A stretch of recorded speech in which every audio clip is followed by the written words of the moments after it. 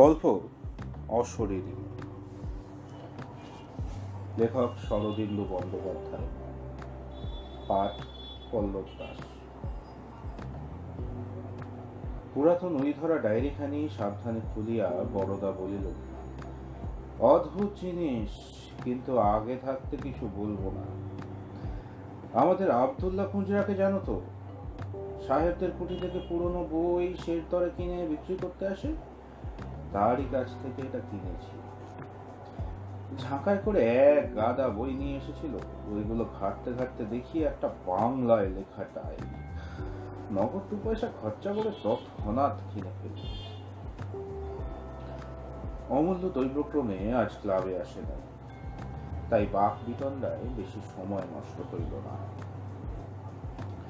বড়দা বলিল, পড়ি শোনো, বেশি নয়, শেষের কয়েকটা পাতা খালি পড়ে শোনাব। আর যা আছে তা না শুনলেও কোনো ক্ষতি নেই। এ ডায়েরির লেখককে তা ডায়েরি পড়ে জানা যায় না, তবে তিনি যে কলকাতা হাইকোর্টের একজন অ্যাডভোকেট ছিলেন তাতে সন্দেহ নেই। ল্যাম্পটা উস্কাইয়া দিয়া বড়দা পড়িতে আরম্ভ করিল। 7ই ফেব্রুয়ারি। আজ মুঙ্গেরে আসিয়া পৌঁছিলাম। স্টেশন হইতে বীরপাহাড় প্রায় 3 মাইল দূরে, শহরের বাইরে। মুঙ্গের শহরের যতটুকু দেখিলাম কেবল ধুলা আর পুরাতন সেকেলে বাড়ি। যা হোক, আমাকে শহরের মধ্যে থাকিতে হইবে না, ইহাই লক্ষ্য। স্টেশন হইতে আসিতে পথে কেল্লার ভিতর দিয়ে আসিলাম। কেল্লাটা মন্দ নয়, পুরাতন মীর কাসিমের আমলের কেল্লা, গড়খাই দিয়ে ঘেরা। প্রাকারের ইট পাথর অনেক স্থানে খসিয়া গিয়াছে। বড় বড় গাছ উচ্চ প্রাচীরের উপর জন্মিয়া শুষ্ক গড়খাইয়ের দিকে ঝুঁকিয়া পড়িয়াছে। একদিন এই গড়খাইয়ের প্রাচীরে শান্তি পাহারা দিত। প্রহরে প্রহরে দুর্গর দ্বারে নাকারা বাজিত। সন্ধ্যার সময় লোহার তোরণদ্বার ঝনৎকার করিয়া বন্ধ হইয়া যাইত। কল্পনা করিতে মন্দ লাগে না। বীরপাহাড়ের বাড়িখানি চমৎকার। এমন বাড়ি যাহার, সে চিরদিন এখানে থাকে না কেন, এই আশ্চর্য। যা হোক, পাহাড়ের ওপর নির্জন প্রকাণ্ড বাড়িখানিতে একাকী 1 মাস থাকিতে পারিব জানিয়া ভারী আনন্দ হইতেছে।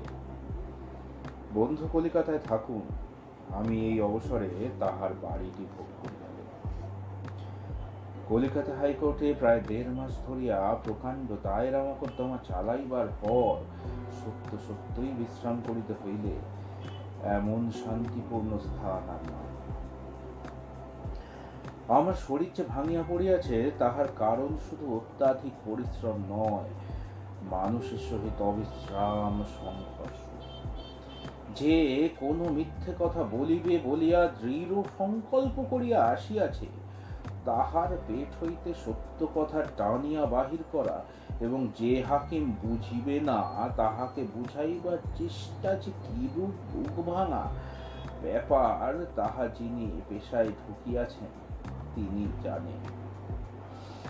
মানুষ দেখিলে এখন ভয় হয়।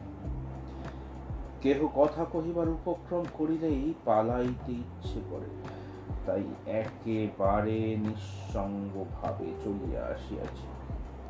বামুন চাকর পর্যন্ত সঙ্গে লই নাই। ইকমিক খোকার সঙ্গে আছে, তাহাতেই নিজে রাধিয়া খাই। কি সুন্দর স্থান!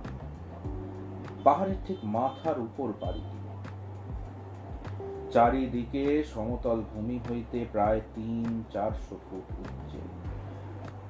ছাদের উপর দাঁড়াইলে দেখা যায় একদিকে দিগন্ত রেখা পর্যন্ত বিস্তৃত গঙ্গার চর, তাহার উপর এমন এখন সর্ষে জন্মিয়াছে। সবুজ জমির উপর হলুদ বর্ণ ফুলের স্ফুলিঙ্গ চাহিয়া চাহিয়া স্নিগ্ধ হইয়া যায়। অন্যদিকে যতদূর দৃষ্টি যায় অগণ্য অসংখ্য তাল গাছের মাথা জাগিয়া আছে। আরো কত প্রকারের ঝোপঝাড় জঙ্গল, তাহার ভিতর দিয়া দেড়ি মাটি ডাকা পথটি বহু নিম্নে গোলাপি ফিতার মতো পড়িয়া আছে। এ যেন কোন স্বর্গলোকে আসিয়া পৌঁছিয়াছি। বাড়িতে একটি মালি ছাড়া আর কেহ নাই। সেই বাড়ির তত্ত্বাবধান করে এবং 2-4টা মৃতপ্রায় গোলাপ গাছে জল দেয়। জল পাহাড়ের ওপর পাওয়া যায় না। পাহাড়ের পাদমূলে রাস্তার ধারে একটি কুয়া আছে, সেখান হইতে আনিতে হয়। মালিটার সহিত কথা হইয়াছে আমার জন্য 2 ঘড়া জল রোজ আনিয়া দিবে। তাহাতেই আমার স্নান ও পান 2 কাজই চলিয়া যাইবে। মালিটাকে বলিয়া দিয়াছি, পারত পক্ষে যেন আমার সম্মুখে না আসে, আমি একলা থাকিতে চাই। 8ই ফেব্রুয়ারি। কাল রাত্রে এত ঘুমাইয়াছি যে জীবনে বোধহয় এমন ঘুমাই নাই। রাত্রি 9টার সময় শুইতে গিয়াছিলাম, যখন ঘুম ভাঙিল তখন বেলা 7টা। ভোরের রৌদ্র খোলা জানলা দিয়া বিছানায় আসিয়া পড়িয়াছে। গোছগাছ করিয়া সংসার পাতিয়া ফেলিয়াছি। সঙ্গে কিছু চাল ডাল আলু ইত্যাদি আনিয়াছিলাম, তাহাতে আরো 3-4 দিন চলিবে। ফুরাইয়া গেলে মালিকে দিয়া শহরের বাজার হইতে আনাইয়া লইব। ট্রাঙ্কগুলো খুলিয়া দেখিলাম প্রয়োজনীয় দ্রব্য সবই আছে। দাড়ি কামাইবার সরঞ্জাম, সাবান, তেল, আয়না, চিরুনি, কিছুই ভুল হয় না। 1 বান্ডিল ধূপের কাঠিও রহিয়াছে দেখিলাম। ভালোই হইল। এখন অবশ্য একটু শীত আছে, কিন্তু গরম পড়িতে আরম্ভ করিলে মশার উপদ্রব বাড়িতে পারে। চাকরটার বুদ্ধি আছে দেখিতেছি। কতগুলো বই ও কাগজ পেন্সিল ট্রাঙ্কের মধ্যে পুড়িয়া দিয়াছে। যদিও এই 1 মাসের মধ্যে স্পর্শ করিব না প্রতিজ্ঞা করিয়াছি, তবু হাতের কাছে 2-1খানা থাকা ভালো। বইগুলা কিন্তু একেবারেই বাজে। পরলোক ভূত দর্শন, উন্মাদ ও প্রতিভা, এসব বই আমি পড়ি না। চাকরটা বোধহয় ভাবিয়াছে আইন ছাড়া অন্য যে কোনো বই পড়িলেই আমি ভালো থাকি। সে একটু লেখাপড়া জানে, সাধে কি বলে স্বল্প বিদ্যা ভয়ঙ্করী। এখানেও একটা ছোটখাটো লাইব্রেরি আছে দেখিতেছি। একটা ক্ষুদ্র আলমারিতে গোটা কয়েক পুরাতন উপন্যাস, অধিকাংশই সম্মুখের ও পশ্চাতের পাতা ছেঁড়া। যা হোক, পড়িবার ইচ্ছা যদি হয় বইয়ের অভাব হইবে না। দুপুর বেলাটা ভারী আনন্দে কাটে। শূন্য বাড়িময় একাকী ঘুরিয়া বেড়াইলাম। পাহাড়ের উপর এমন বৃহৎ বাড়ি কে তৈয়ার করিয়াছিল? ইহার কোনো ইতিহাস আছে কি? কলিকাতায় ফিরিয়া বন্ধুকে জিজ্ঞাসা করি। বাড়ি যেই তৈয়ার করুক, তার রুচির প্রশংসা করিতে হয়। যে পাহাড়ের উপর বাড়িটি প্রতিষ্ঠিত, তাহা দেখিতে একটি উল্টানো বাটির মতো। কবি হইলে আরো রসালো উপমা দিতে পারিতাম, হয়তো সাদৃশ্যটাও আরো বেশি হইত, কিন্তু আমার পক্ষে উল্টানো বাটি যথেষ্ট। সাদা বাড়িখানা তাহার উপর মাথা তুলিয়া আছে। বাড়িখানা যেমন বৃহৎ তেমনি মজবুত। মোটা মোটা দেওয়ালের মাঝখানে বিশাল একটা ঘর। নিজের বিশালতার গৌরবে শূন্য আসবাবহীন অবস্থাতেও সর্বদা গম গম করিতেছে। বাড়ির সম্মুখে খানিকটা সমতল স্থান আছে, তাহাতে গোলাপ বাগান। গোলাপ বাগানের শেষে ফটক, ফটকের বাহিরেই নিচে যাইবার ঢালু পাথর ভাঙা পথ বাঁকিয়া বাড়ির কোল দিয়া নামিয়া গিয়াছে। ফুটপাতের সম্মুখে কিছু দূর একটা প্রকাণ্ড কূপ গভীর হইয়া গিয়াছে, তাহার তল পর্যন্ত দৃষ্টি যায় না। কূপের চারপাশে আগাছা জন্মিয়াছে। একটা শিমুল গাছ তাহার মুখের বিরাট গর্তটার উপর ঝুঁকিয়া পড়িয়াছে। কূপের ভিতর একখণ্ড পাথর ফেলিয়া দেখিলাম অনেকক্ষণ পর একটা ফাঁপা আওয়াজ আসিল। কূপটা নিশ্চয়ই শুষ্ক।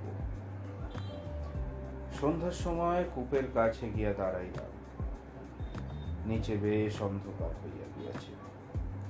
দূরে দূরে দু একটা প্রদীপ মিটমিট করিয়া জ্বলিতে আরম্ভ করিয়াছে, কিন্তু উপরে এখনো বেশ আলো আছে।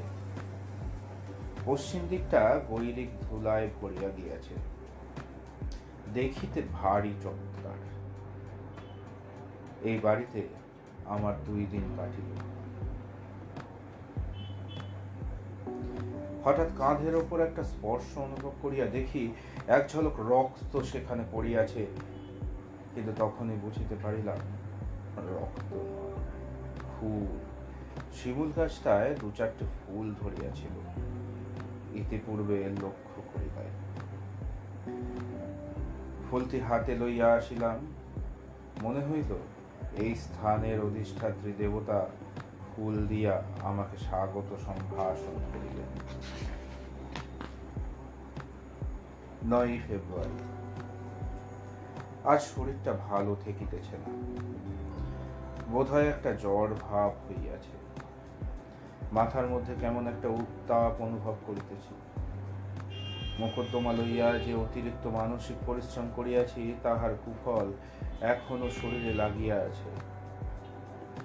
অকারণে স্নায়ুমণ্ডল উত্তেজিত হইয়া ওঠে।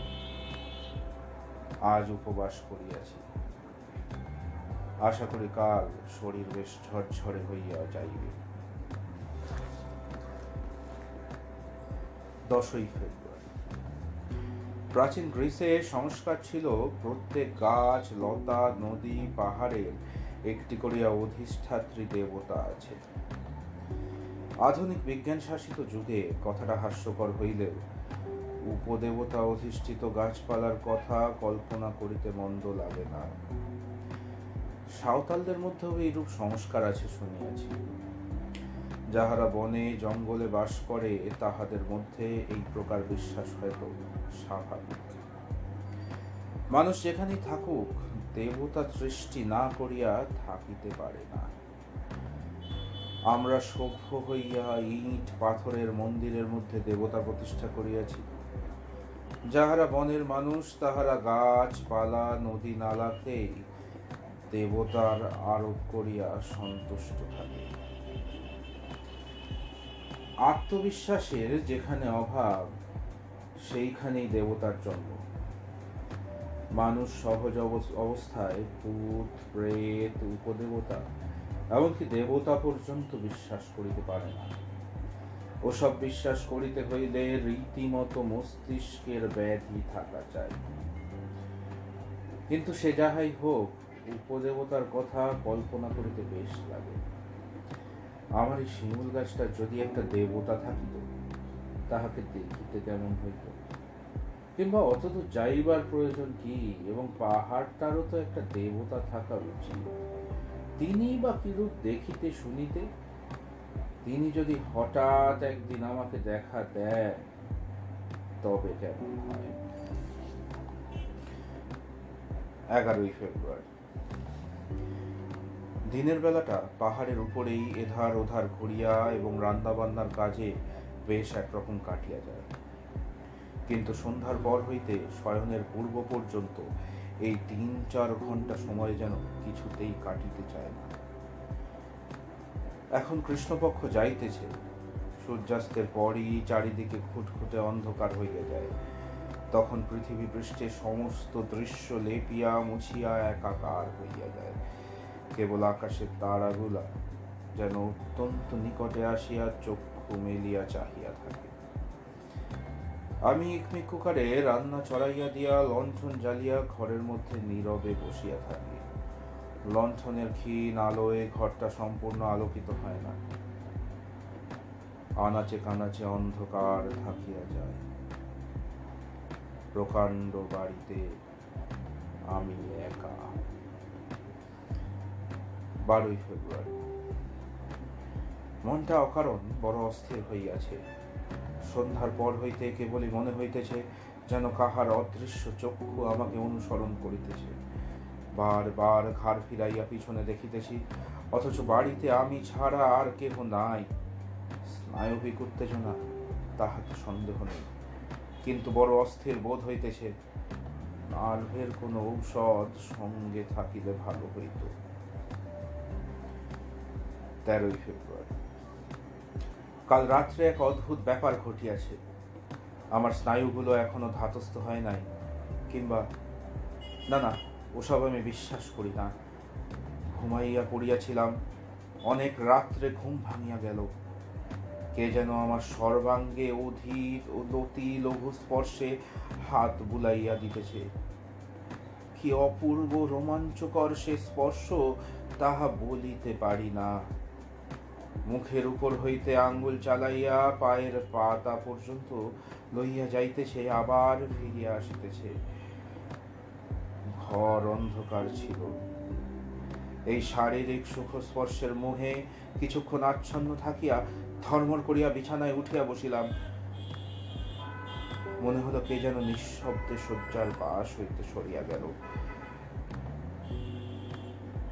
এতক্ষণে ঘুমের আবেশ একেবারে ছুটিয়া গিয়াছিল। ভাবিলাম চোর নয় তো, কিন্তু চোরে গায়ে হাত বুলাইয়া দিবে কেন? তাছাড়া ঘরের দরজা বন্ধ করিয়া শুইয়াছি। আমি উচ্চকণ্ঠে ডাকিলাম, কে? কোনো সাড়া নাই। গা ছমছম করিতে লাগিল। বালিশের পাশে দেশলাই ছিল, আলো জ্বালিলাম। ঘরে কেহ নাই, দরজা পূর্ববৎ বন্ধ। ভাবিলাম ঘুমাইয়া নিশ্চয় স্বপ্ন দেখিয়াছি। এমন অনেক সময় হয়। ঘুম ভাঙিয়াছে মনে হইলেও ঘুম সত্যই ভাঙে না। নিদ্রা ও জাগরণের সন্ধিস্থলে মনটা অর্ধ চেতন অবস্থায় থাকে। দ্বার খুলিয়া বাহিরে আসিলাম। খোলা বারান্দায় আসিয়া দেখিলাম এক আকাশ নক্ষত্র জল জল করিতেছে। ঘরের বন্ধ বায়ু হইতে বাইরে আসিয়া বেশ আরাম বোধ হইল। একটা ঠান্ডা হাওয়া বাড়ির চারিদিকে যেন নিঃশ্বাস ফেলিয়া বেড়াইতেছে। কিছুক্ষণ এদিক ওদিক পায়চারি করিবার পর একটু গা শীত শীত করিতে লাগিল। আবার ঘরে ফিরিয়া দরজা বন্ধ করিয়া শুইলাম। আলোটা নিবাইলাম না, কমাইয়া দিয়া মাথা শিয়রে রাখিয়া দিলাম। এটা কি সত্যি স্বপ্ন? রাতে আর ভালো ঘুম হইল না। 14ই ফেব্রুয়ারি। কাল আর কোনো স্বপ্ন দেখি নাই। আধো আশা আধো আশঙ্কা লইয়া শুইতে গিয়াছিলাম। হয়তো আজ আবার স্বপ্ন দেখিব, কিন্তু কিছুই দেখি নাই। আজ শরীর বেশ ভালো বোধ হইতেছে। চাল ডাল কেরোসিন তৈল ইত্যাদি ফুরাইয়া গিয়াছিল। মালিকে দিয়া বাজার হইতে আনাইয়া লইয়াছি। মালিকা যাতে গোয়ালা হইল বেশ বুদ্ধিমান লোক। সেই যে তাহাকে আমার সম্মুখে আসিতে মানা করিয়া দিয়াছিলাম, তাহার পর হইতে নিতান্ত প্রয়োজন না হইলে আমার কাছে আসে না। কখন জল দিয়া যায় আমি জানিতেও পারি না। আমিও আসিয়া অবধি পাহাড় হইতে নিচে নামি নাই। সুতরাং মানুষের সঙ্গে মুখোমুখি সাক্ষাৎ এ কয়দিন হয় নাই বলিলেই চলে। নিচে রাস্তা দিয়া মানুষ চলাচল করিতে দেখিয়াছি বটে, কিন্তু এত দূর হইতে তাহাদের মুখ দেখিতে পাই নাই। আজ বাড়িতে চিঠি দিয়াছি, দেখিয়াছি বেশ ভালো আছি, কিন্তু তাহাদের চিঠিপত্র দিতে বারণ করিয়া দিয়াছে। আমার এই বিজন বাসের মাধুর্য ও চিঠিপত্রের দ্বারাও খণ্ডিত হয়, ইহা আমার ইচ্ছে নয়। বাহিরের পৃথিবীতে কোথায় কি ঘটিতেছে না ঘটিতেছে তাহার খোঁজ রাখিতে চাই না। 15ই ফেব্রুয়ারি। আজ আবার মনটা অস্থির হইয়াছে। কি যেন হইয়াছে, অথচ ঠিক বুঝিতে পারিতেছি না। শরীর তো বেশ ভালোই আছে, তবে এমন হইতেছে কেন? কাল ভাবিতেছি একবার শহরটা দেখিয়া আসিব। শুনিয়াছি নবাবী আমলে অনেক দ্রষ্টব্য স্থান আছে। কাছে কোথায় নাকি সীতাকুণ্ড নামে গরম জলের একটা প্রস্রবণ আছে। বন্ধু বলিয়া দিয়েছিলেন সেটা দেখা যায়। অতএব সেটাও দেখিতে হইবে। 16ই ফেব্রুয়ারি। কাল রাত্রে আবার সেই রূপ ঘটিয়াছে। স্বপ্ন নয়, স্পষ্ট অনুভব করিলাম কে আমার পাশে বসিয়া অতি কোমল হস্তে ধীরে ধীরে আমার গায়ে হাত বুলাইয়া দিতেছে। অনেকক্ষণ চোখ বুঝিয়া নিস্পন্দন বক্ষে শুইয়া রহিলাম। বালিশের তলায় ঘড়িটি টিক টিক করিতেছে শুনিতে পাইলাম। সুতরাং এ ঘুমের ঘোরে স্বপ্ন দেখা হইতেই পারে না।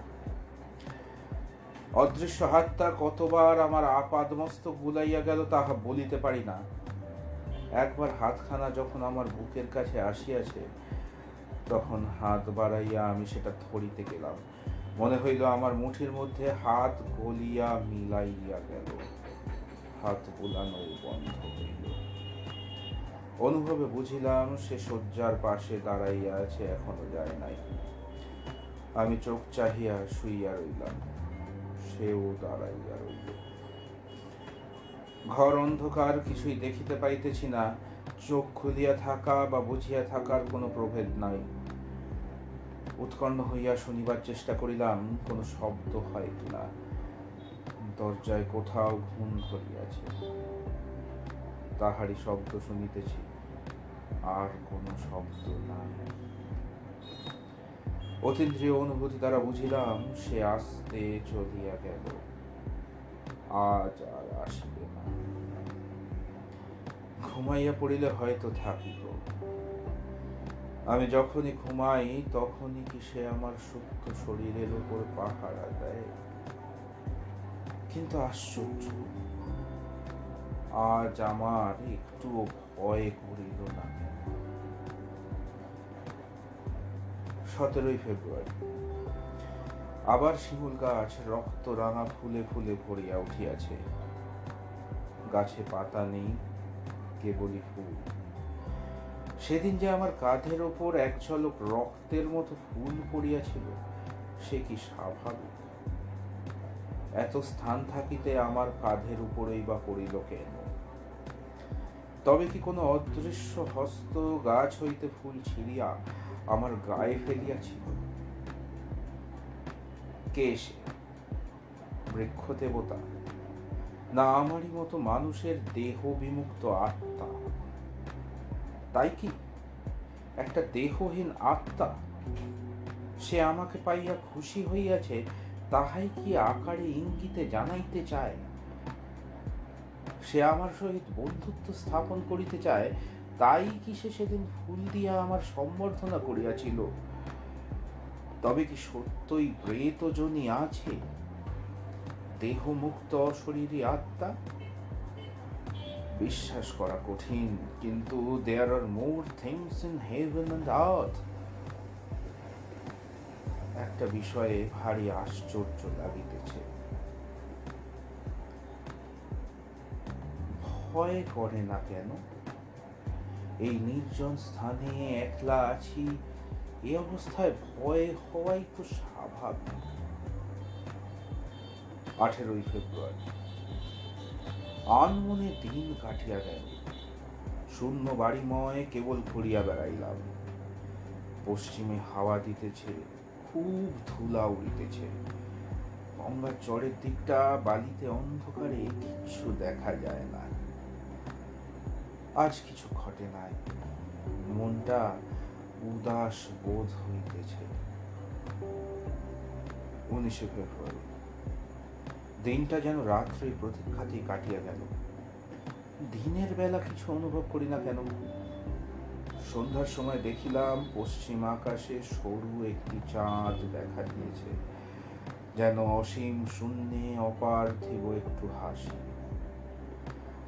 অল্পক্ষণ পরেই চাঁদ অস্ত গেল। তখন আবার নিরন্ধ্র অন্ধকার জগৎ গ্রাস করিয়া রইল। ইকমেক কুকারে রান্না চড়াইয়া অন্য মনে বসিয়াছিলাম। আলোটা সম্মুখের ভাঙা টেবিলে বসানো ছিল। অদূরে কতকগুলো ধূপ জ্বালাইয়া দিয়েছিলাম, তাহারই সুগন্ধ ধূমে ঘরটি পূর্ণ হইয়া উঠিয়াছিল। আর তো যা হোক, কিছু না পড়িয়া থাকা যায় না। বসিয়া বসিয়া সহসা কি মনে হইল বাক্স হইতে সেই প্রেত তত্ত্ব সম্বন্ধে বইখানা বাহির করিয়া পড়িতে আরম্ভ করিলাম। গল্প, নেহাত গল্প, সত্য অনুভূতির ছায়া মাত্র এসব কাহিনীতে নাই। আমি যেমন করিয়া তাহাকে অনুভব করিয়াছি, চোখে না দেখিয়াও সর্বাঙ্গ দিয়া তাহার সান্নিধ্য উপলব্ধি করিয়াছি, সেরূপভাবে আর কে প্রত্যক্ষ করিয়াছে? ইহারা লিখিতেছে চোখে দেখিয়াছে। চোখে দেখা কি যায়? যে আমার কাছে আসে সে কেমন দেখিতে? আমারই মতো কি তার হস্ত পদ অবয়ব আছে? মানুষের চেহারা না অন্য কিছু? বই হইতে চোখ তুলিয়া ভাবিতেছি, এমন সময় আমার দৃষ্টির সম্মুখে এক আশ্চর্য ইন্দ্রজাল ঘটিল। ধূপের কাঠিগুলি হইতে যে ক্ষীণ ধূম রেখা উঠিতেছিল, তাহা শূন্যে কুণ্ডলে পাকাইতে পাকাইতে যেন একটা বিশিষ্ট আকার ধারণ করিতে লাগিল। অদৃশ্য কাঁচের শিশিতে রঙিন জল ঢালিলে যেমন তাহা শিশির আকারটি প্রকাশ করিয়া দেয়, আমার মনে হইল এ ধোঁয়া যেন কোনো অদৃশ্য আধারে প্রবেশ করিয়া ধীরে ধীরে আকারত্ব প্রাপ্ত হইয়াছে। আমি রুদ্ধ নিঃশ্বাসে দেখিতে লাগিলাম, ক্রমে ধূসর রঙের একটি বস্ত্রের আভাস দেখা দিল। বস্ত্রের ভেতর মানুষের দেহ ঢাকা রইয়াছে। বস্ত্রের ভাঁজে ভাঁজে তাহার পরিচয় পাইতে লাগিলাম। ধূমকুণ্ডলী মূর্তি গড়িয়া চলিল। আবছায়া মূর্তির ভিতর দিয়া ওপারের দেয়াল দেখিতে পাইতেছি, কিন্তু তাহার ডৌল হইতে বেশ বোঝা যায় যে একটা মানুষের চেহারা। ধূম পাকাইয়া পাকাইয়া ঊর্ধ্বে উঠিতে উঠিতে ক্রমে মূর্তির গলা পর্যন্ত পৌঁছিল। এইবার তাহার মুখ দেখিতে পাইব। কিরকম সে মুখ! বিকট ভয়ানক, কিন্তু ঠিক এই সময় সহসা সব ছত্র আকার হইয়া গেল। জানলা দিয়া এক দমকা হাওয়া আসিয়া ওই ধূম মূর্তিকে ছিন্ন ভিন্ন করিয়া দিল। মুখ দেখা হইল না। প্রতীক্ষা করিয়া রহিলাম যদি আবার দেখিতে পাই, কিন্তু আর সে মূর্তি গড়িয়া উঠিল না। 20 ফেব্রুয়ারি। সে আছে, তাহাতে তিল মাত্র সন্দেহ নাই। ইহা আমার উষ্ণ মস্তিষ্কের কল্পনা নহে। দিনের বেলা সে কোথায় থাকে জানি না, কিন্তু সন্ধে হইলেই আমার পাশে আসিয়া দাঁড়ায়, আমার মুখের দিকে চোখ মেলিয়া চাহিয়া থাকে।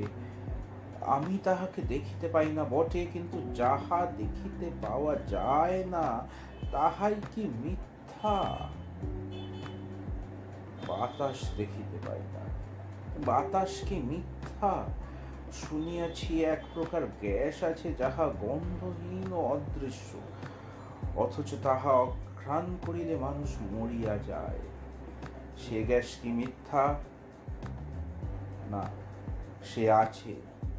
আমার মন জানিয়াছে সে আছে। 21 ফেব্রুয়ারি। কে সে? তাহার স্পর্শ আমি অনুভব করিয়াছি, কিন্তু তাহাকে স্পর্শ করিতে পারি না কেন? ছুঁইতে গেলেই সে মিলাইয়া যায় কেন? সে দেখা দিতে চেষ্টা করে জানি, কিন্তু দেখা দিতে পারে না কেন?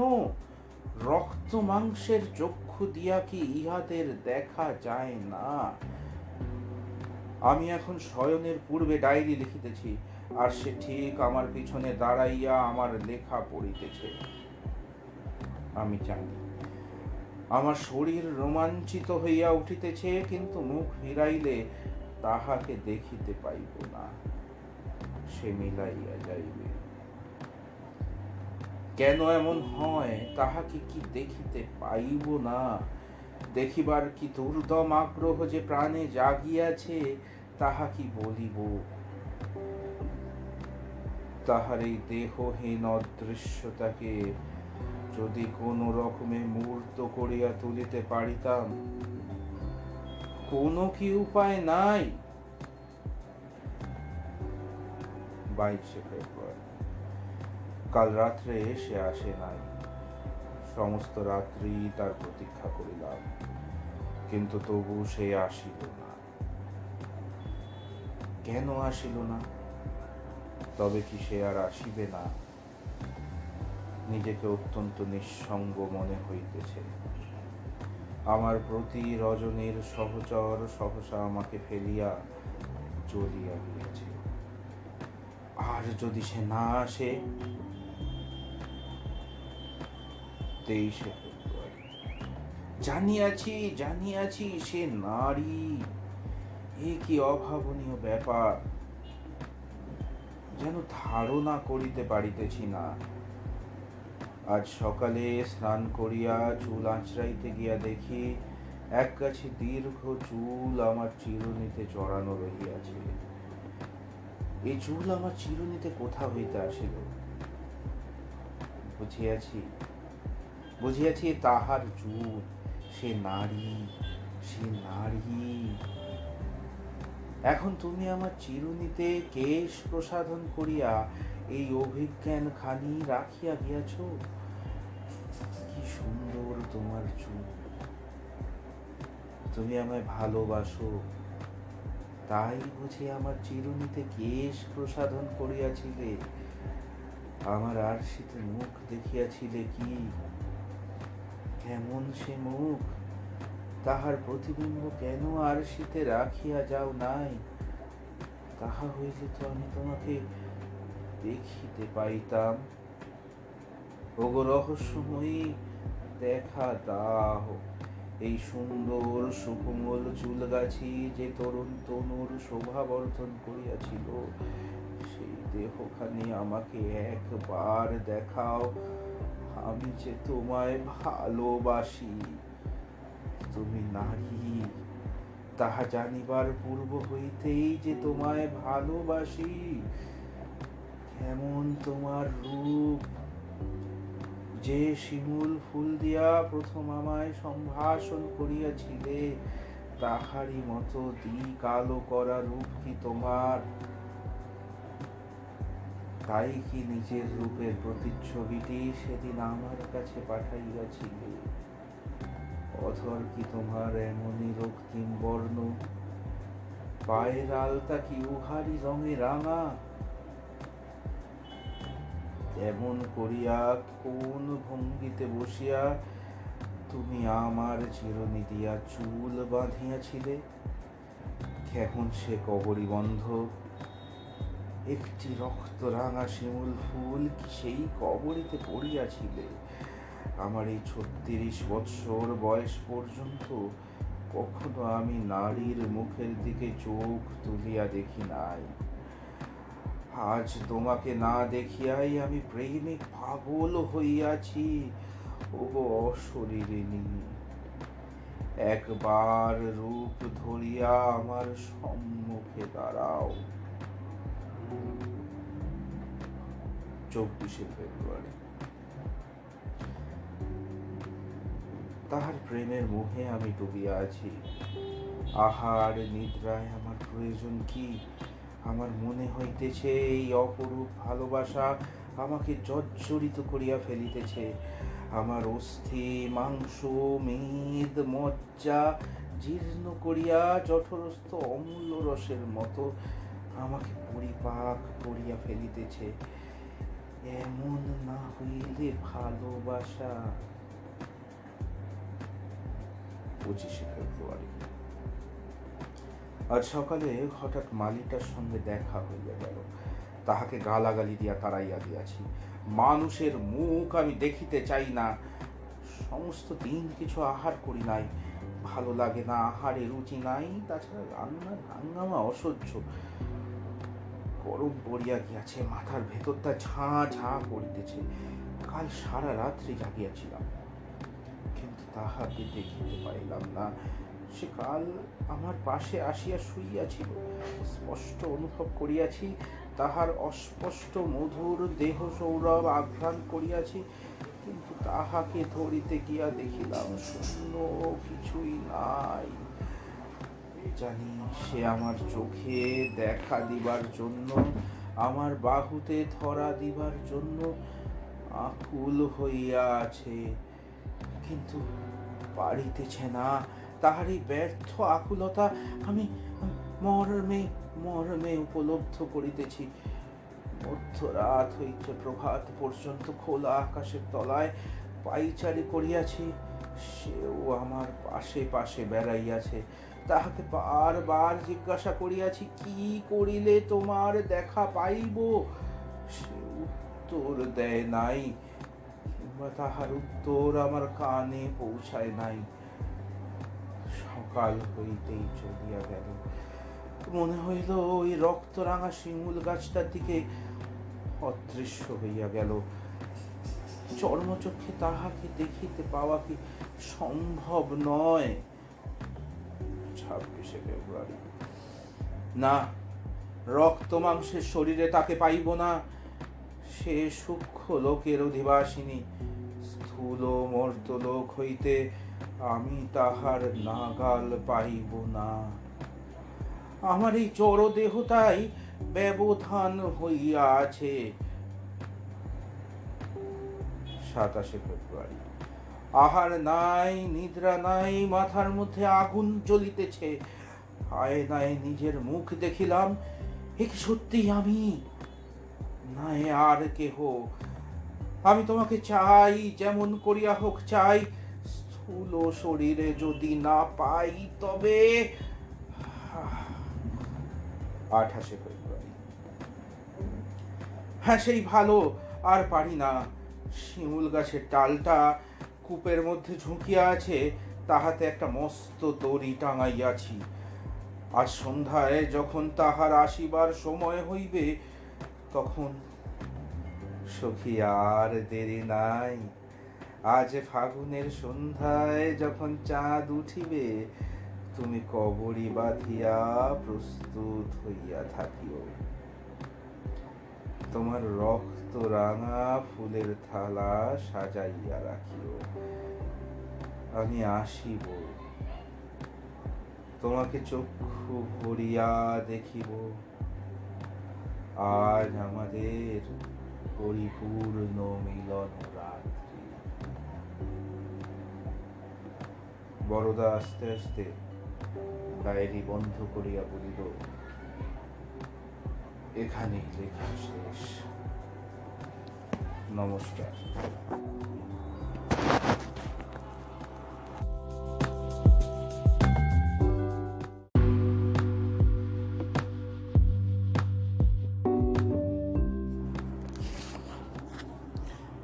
গল্প অশরীরী। লেখক